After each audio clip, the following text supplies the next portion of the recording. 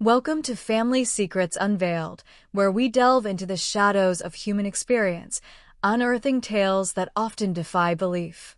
Today, we're not just telling a story, we're unraveling a mystery so profound, so utterly bizarre, that it will challenge everything you think you know about love, trust, and the secrets people keep.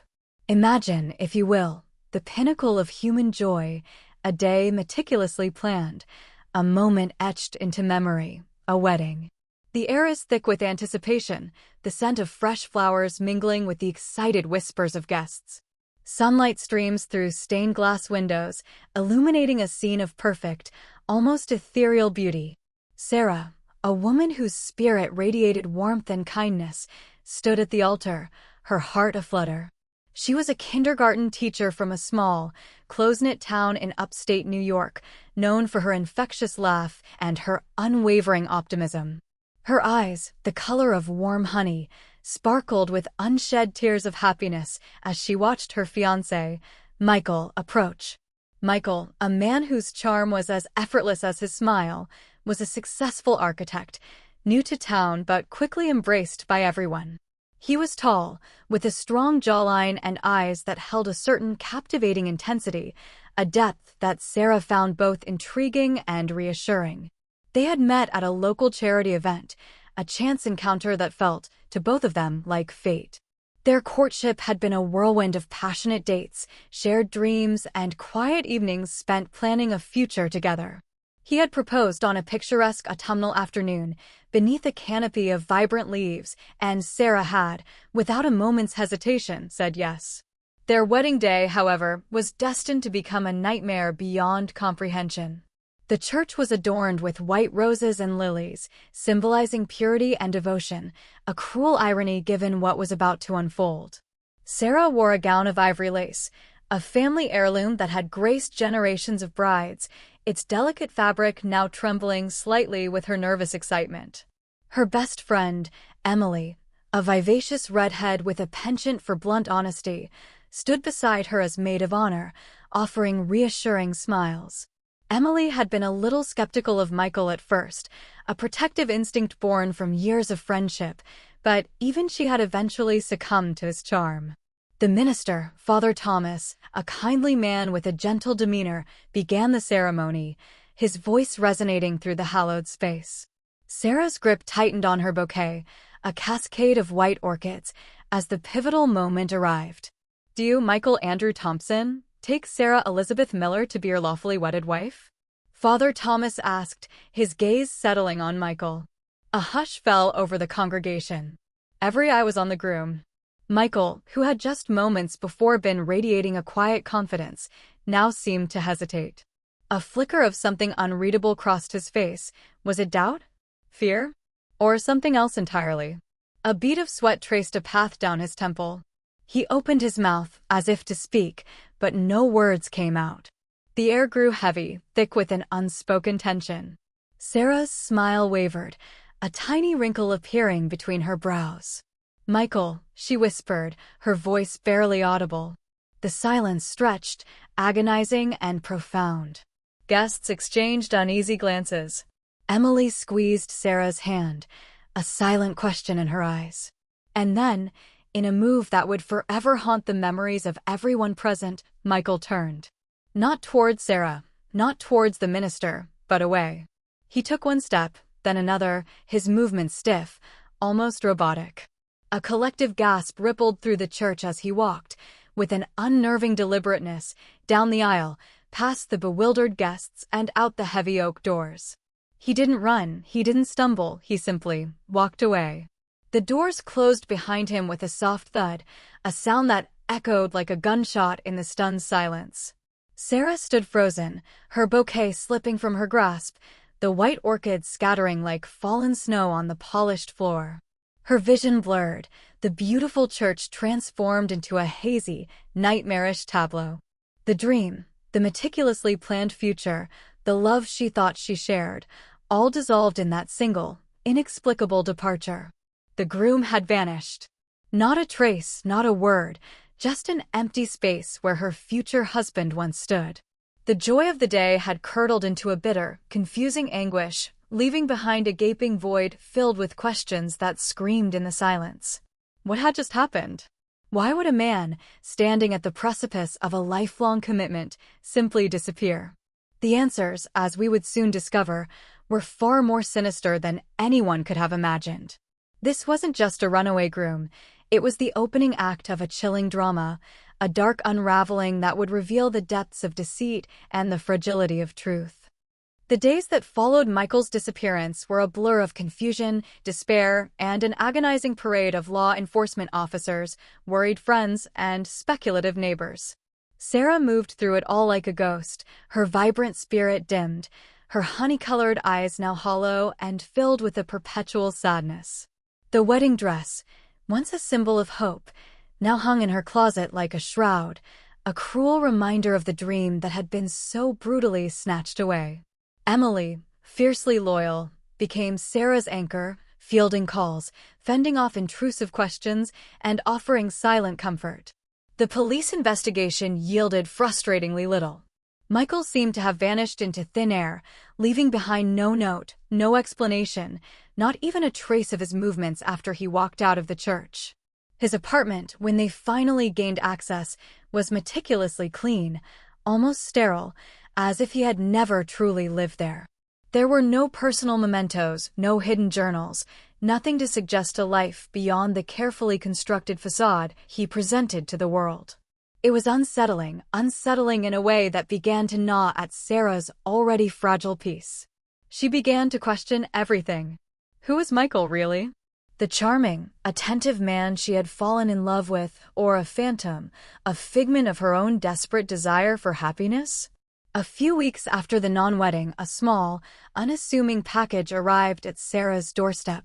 It bore no return address, only her name, handwritten in a shaky, unfamiliar script. Inside, nestled among layers of tissue paper, was a single, tarnished silver locket. It was old, intricately engraved with swirling patterns, and clearly very personal.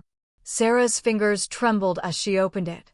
Inside, on one side, was a faded photograph of a young woman with a striking resemblance to Michael, the same intense eyes, the same strong jawline, but softened by a melancholy expression. On the other side, a tiny, almost imperceptible inscription, "Forever, E." Sarah's breath hitched. Who was he? And why was this locket sent to her? A cold dread began to creep in, far more chilling than the grief of abandonment. This wasn't just a groom who got cold feet. This was something darker, something deliberately concealed. She showed the locket to Emily, whose usually boisterous personality quieted in the face of this unsettling discovery. "This changes everything, Sarah," Emily said, her voice unusually subdued. "This isn't about him leaving you. This is about why he left." The search for E became an obsession for Sarah.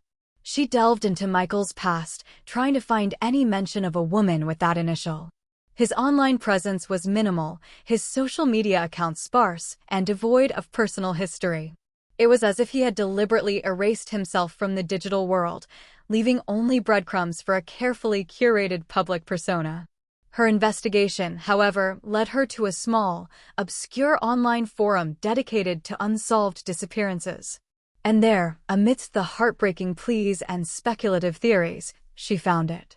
A post from several years ago describing a young woman named Eleanor Vance, who had vanished without a trace from a small town in Oregon. The description of Eleanor was eerily similar to the woman in the locket.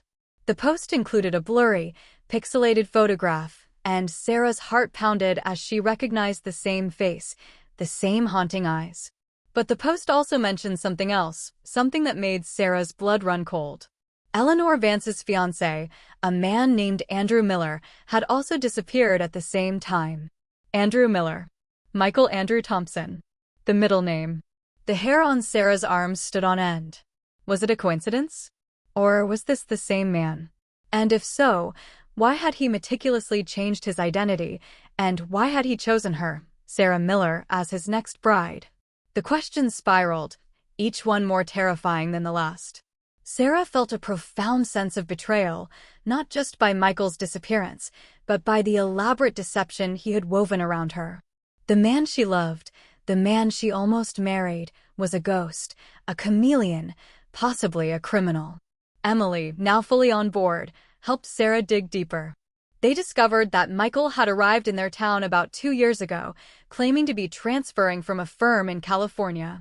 He had charmingly sidestepped any direct questions about his past, always deflecting with humor or a change of subject. It had seemed innocuous at the time, just a private person. Now it reeked of calculated evasion. The pieces began to fit together, forming a horrifying mosaic of deceit. The locket, the missing woman, the changed identity, it all pointed to Michael being at the center of a much larger, darker mystery. Sarah wasn't just a jilted bride, she was an unwitting pawn in a game she didn't understand, a game with stakes far higher than a broken heart.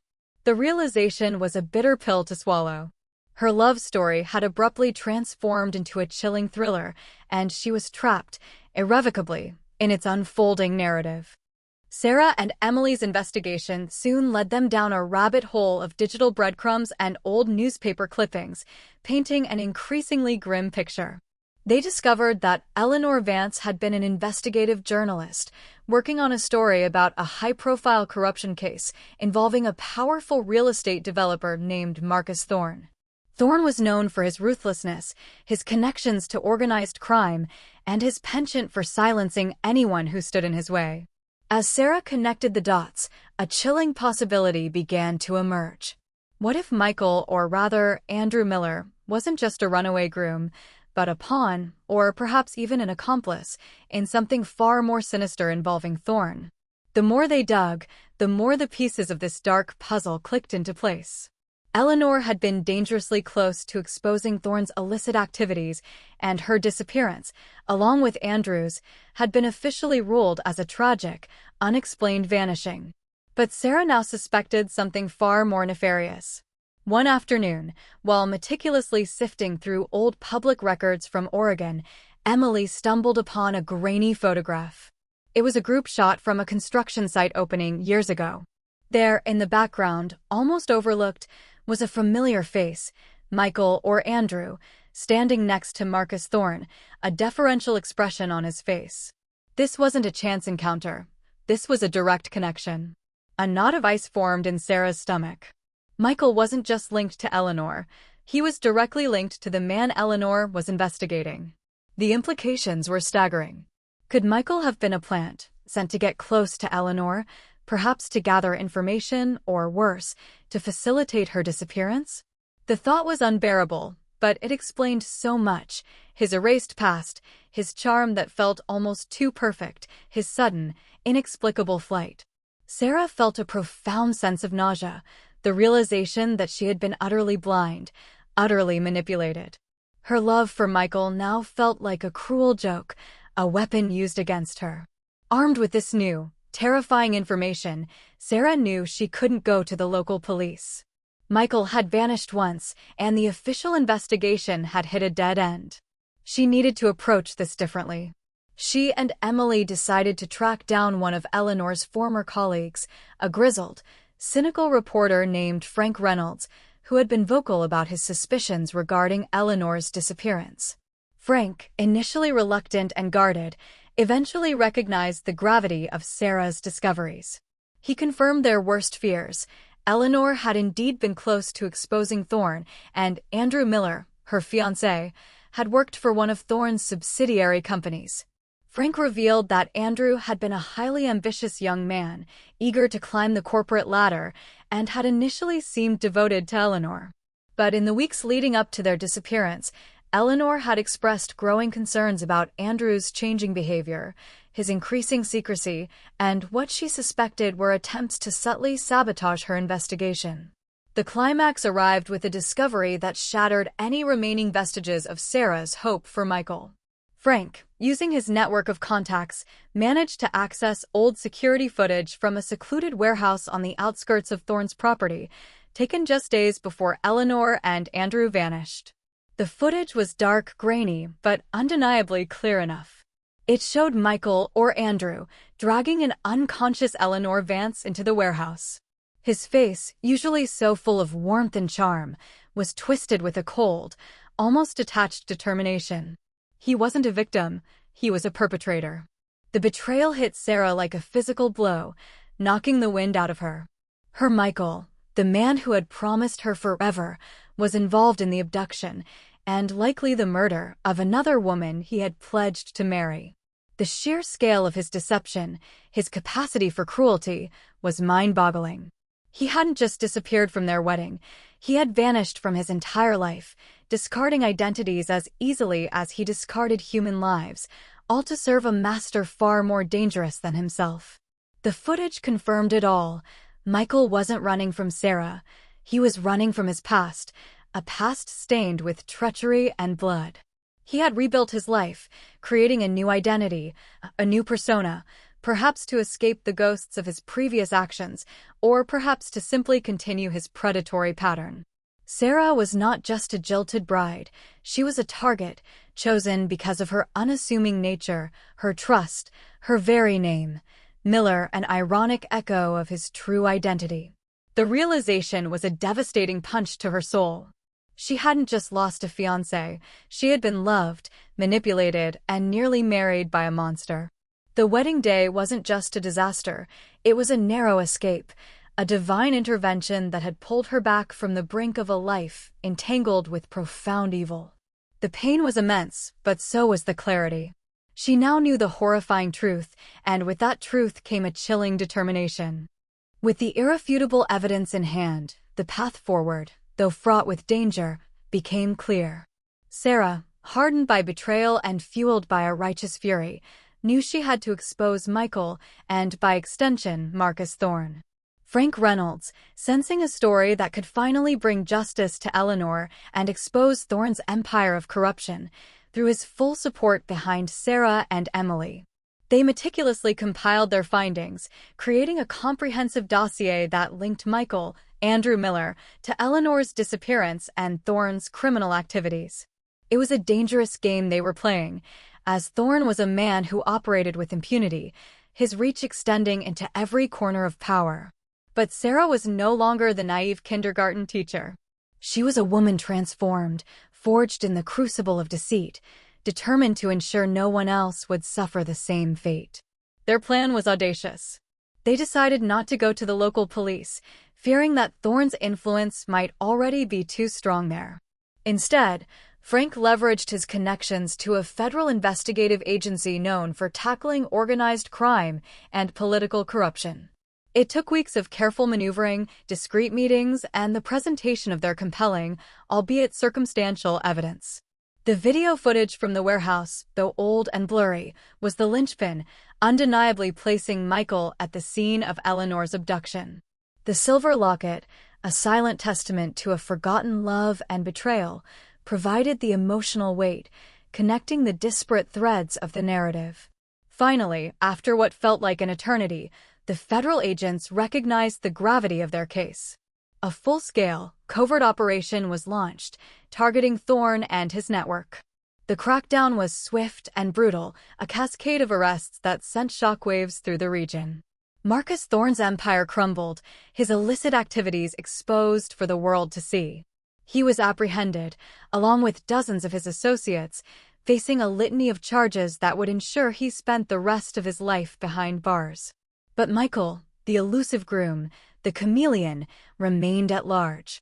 The federal agents launched a nationwide manhunt, recognizing him as a key figure in Thorne's operations, a man who had proved adept at changing identities and disappearing without a trace.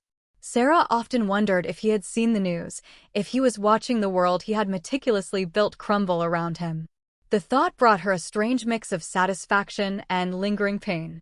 The man she loved was a monster, but the monster was now on the run, his carefully constructed life in ruins. The final resolution for Sarah was not a grand triumph, but a quiet, profound healing. She never saw Michael again, and his ultimate fate remained a mystery.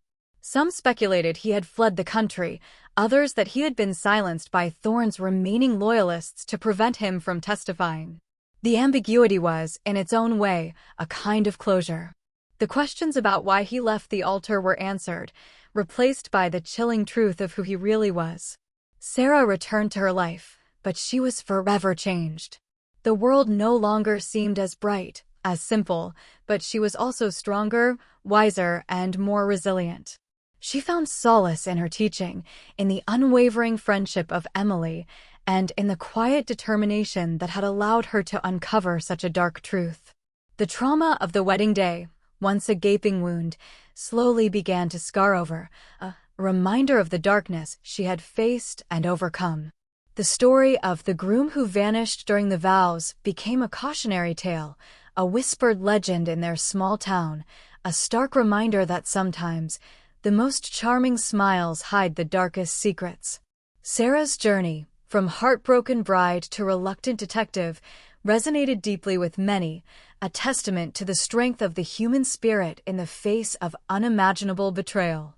Her quiet courage brought down a corrupt empire and brought a measure of justice to Eleanor Vance, whose memory was finally honored. And so, as we close this chapter of Family Secrets Unveiled, we're left with a profound realization. Sometimes, the most dramatic escapes are not from a bad marriage, but from a terrifying secret.